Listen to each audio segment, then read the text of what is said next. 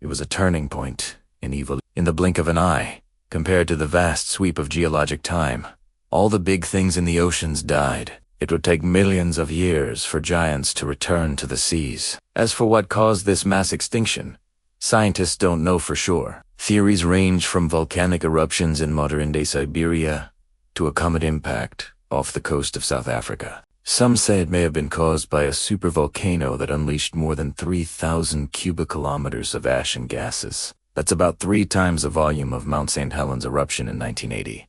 Whatever the cause, the oceans paid the heaviest price. And in the aftermath, the stage was set for a strange experiment in natural selection.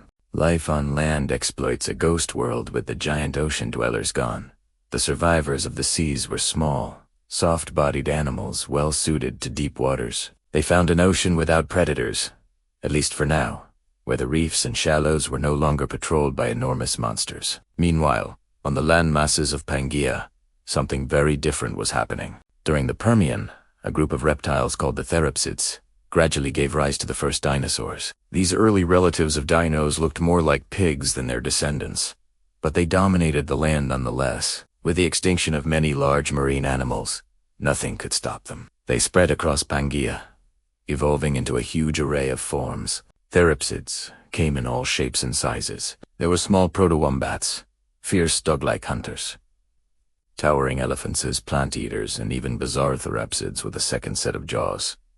Life on land was in many ways paradise. The survivors of the Capetanian extinction lived in an almost predator-free world. As for the few creatures that did hunt, they were relatively small and no large carnivores meant there was little pressure to evolve hard armor or imposing weapons. It was a time when any critter could thrive, and yet this apparent paradise was full of peril. With the ecosystem thrown into chaos, entire regions of Pangaea became uninhabitable wastelands. Vast deserts encroached from the poles. Global temperatures rose, leading to what some have called a greenhouse hothouse.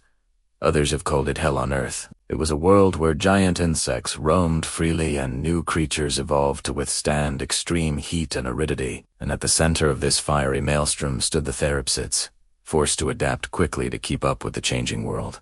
Some developed powerful limbs and hooves for running.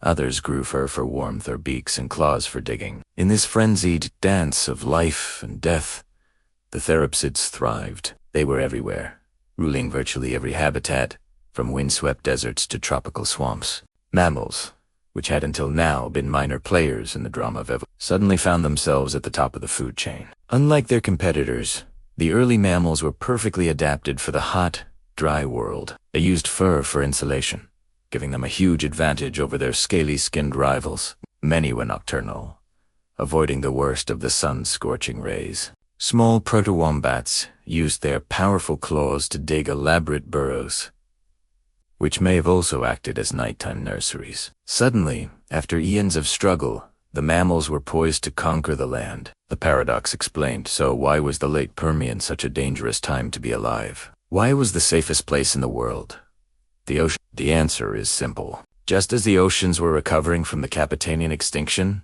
the Permian was coming to a close. The terrestrial apocalypse, driven by volcanic activity, gradually spewed forth toxic gases and particles into the atmosphere. But the skies weren't the only problem. The expanding deserts caused by rising temperatures sucked up vast amounts of dust. Before long, a massive dust bowl engulfed much of Pangaea. Plants with deep roots and waxy leaves were best suited to survive. Smaller plants with thin, water-absorbent leaves suffered. The Permian ended in another mass extinction, wiping out as much as 80% of all species. What's more, this extinction hit the land harder than the sea. Mammals, proto-wombats, early dinosaurs, and other therapsids were obliterated. Only a handful of mammal species survived, while the therapsid class was reduced to a single genus. Only a few small populations huddled in small refuges, waiting for conditions to improve. Once again, the world had become a dangerous place to live. Now, in the aftermath, the survivors faced the same challenges as before, but this time on a global scale. Entire continents were rendered uninhabitable, forcing life to flee to remote pockets of refuge. If you survived the initial extinction and made it to the sea, your chances of survival increased dramatically. The giants weren't back yet, but small fish were numerous and easy to catch. Life in the oceans was still peaceful, if a bit empty. Meanwhile, on land, the few remaining therapsids were forced to compete fiercely for resources. It was a struggle for survival. In short, the deadliest time to live was when everyone was on land. The oceans, though they had lost their monsters, were still a sanctuary. Today, the tables have turned. We ourselves are the monsters. Humans have hunted whales, decimated coral reefs, and filled the seas with plastic. Few places on Earth are as dangerous to life as the oceans today. But during the Late Permian, it was a different story. The seas were quiet, allowing life to flourish undisturbed. It was a strange paradox. A turning point in history when being chased by a shark was less dangerous than being chased by a dinosaur. And then there were the others, the Therocephalians. At first glance, they looked like gorgonopsids. Long, narrow skull. Long, narrow teeth. But look closer and differences become clear. The canines were shorter, straighter, more like a wolf's. The rest of the teeth were blade-like and tightly packed, ideal for shearing through flesh and bone. Therocephalians were just as numerous and just as deadly as gorgonopsids. Some were smaller, slinking hunters that stalked the night. Others were behemoths, like the aptly named king of the skull crushers. Literally. Their skulls could reach 90 centimeters, 35 inches. In length, making them among the largest skulls of any land animal ever. So why are we talking about this now? Because until recently, scientists assumed the gorgonopsids and therapsids ruled the Late Permian unchallenged. They were the big, bad monsters of their time. And while that's mostly true, it turns out they weren't the only major group of carnivores during the Late Permian. There was also the Prehistoric. These were large, plant-eating reptiles that lived between the gorgonopsids and the dinosaurs. In fact, they were more closely related to the ancestors of the dinosaurs than to the ancestors of the gorgonopsids. But the Parasauritops didn't just eat plants. Some species were equipped with powerful, short jaws full of sharp teeth. They were omnivores. And based on their teeth, scientists think they were skilled butchers. They probably fed on carcasses left behind by the gorgonopsids and therapsids, cleaning the bones and taking advantage of the kill. But don't mistake them for the Parasaurus were active hunters, too. One species, C. giganta, was about the size of a hippopotamus. It weighed almost 2 tons. And according to paleontologist Robert M.H., is one of the most formidable carnivores of the Late Permian. So while the gorgonopsids and therapsids were undoubtedly the dominant meat-eaters, they weren't the only ones. There were at least 3 major groups of carnivores roaming the earth during the Late Permian, hunting each other, hunting the herbivores and keeping the ecosystem in check. But how did this happen? How did life on land recover so quickly from the mass extinction? Scientists have 2 theories. The first is that life on land was less affected by the mass extinction than life in the sea. Perhaps the survivors simply bounced back faster. The second is that there was a terrestrial revolution, a sudden burst of evolution that diversified and accelerated life on land. The survivors quickly adapted, filling empty niches and driving the recovery. If TC's true, it means that the Late Permian was much more dynamic than we thought. The classic image of the Great Dying is of a mass extinction caused by volcanic activity, leading to the devastation of life. And while that's part of the story, it doesn't tell the whole story. Life found a way not only to survive, but to thrive. Within a few million years of the extinction event, new species were already on the scene, including the first saber-toothed cats. The Late Permian was a time of ecological chaos and opportunity, and it produced some of the greatest monsters in Earth's history. Alright, when you think of a saber-tooth,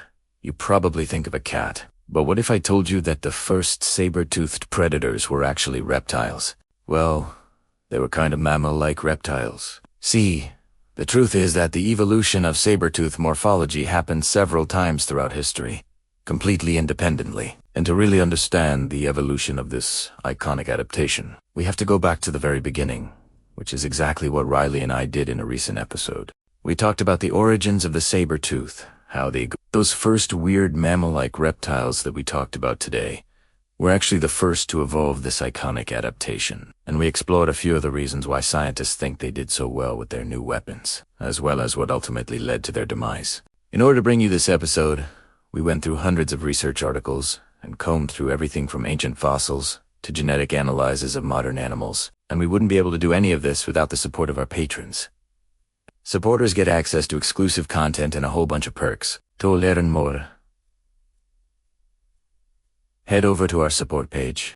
When you think of dangerous animals, you might imagine sharks, bears, or maybe your neighbor's pet parrot. But compared to some of the creatures that once roamed our planet, these are all pretty tame. And nowhere is more infamous for its bloodthirsty inhabitants than the ocean. From the megalodon to the mosasaurs, the seas have always been scarier than the land. That is, except for one strange period in Earth's history. Over 250 million years ago, something unusual happened. The ocean was calm and the land was wild. Welcome to the Lopingian Epoch.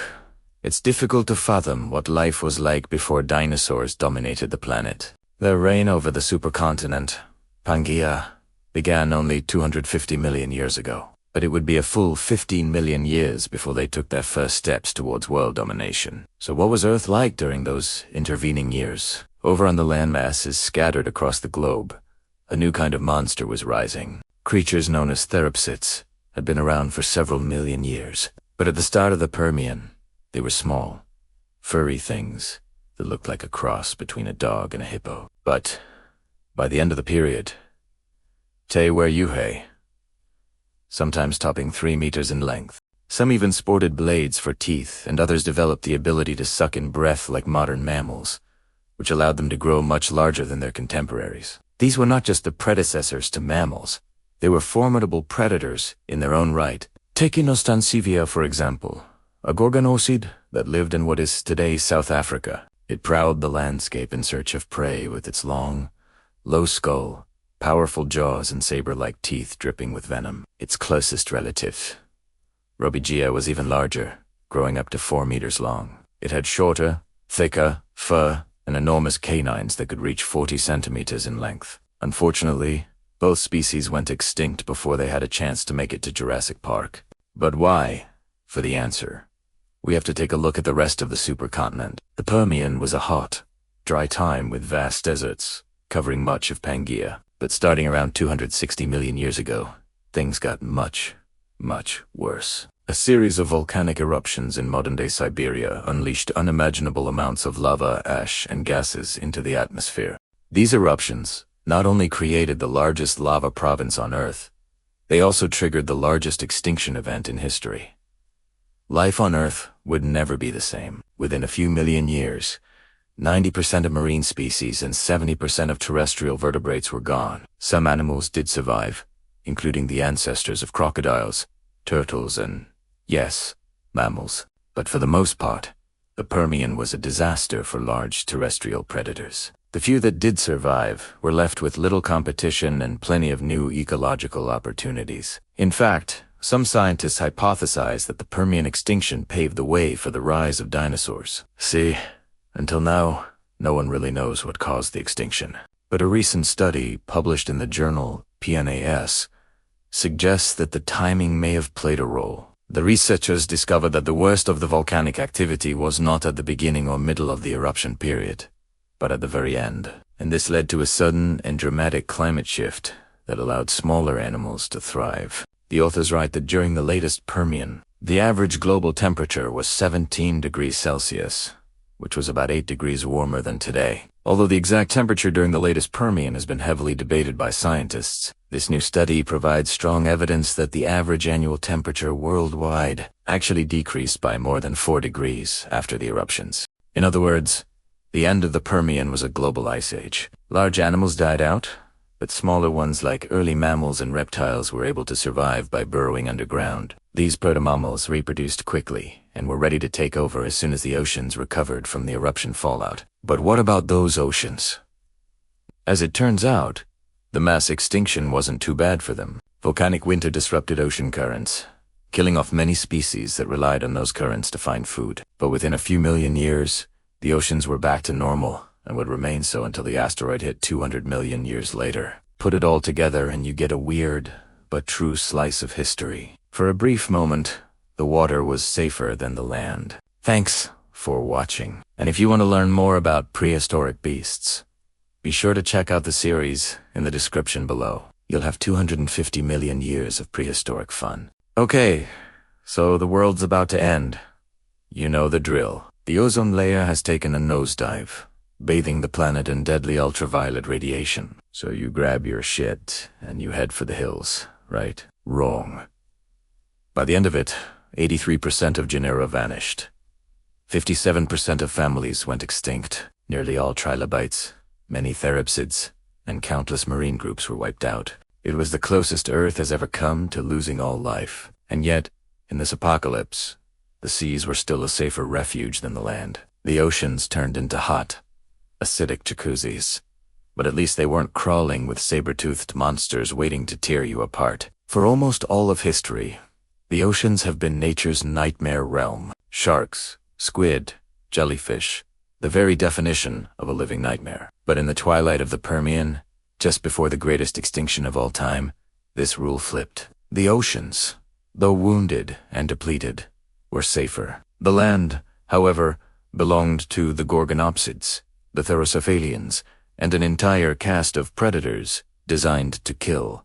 It was the only time in history when stepping into the sea may have been your best chance of survival. The only time when water was safer than land. Take the gorgonopsians, for example. These monstrous reptiles were the apex predators of the Late Permian, flourishing across the supercontinent.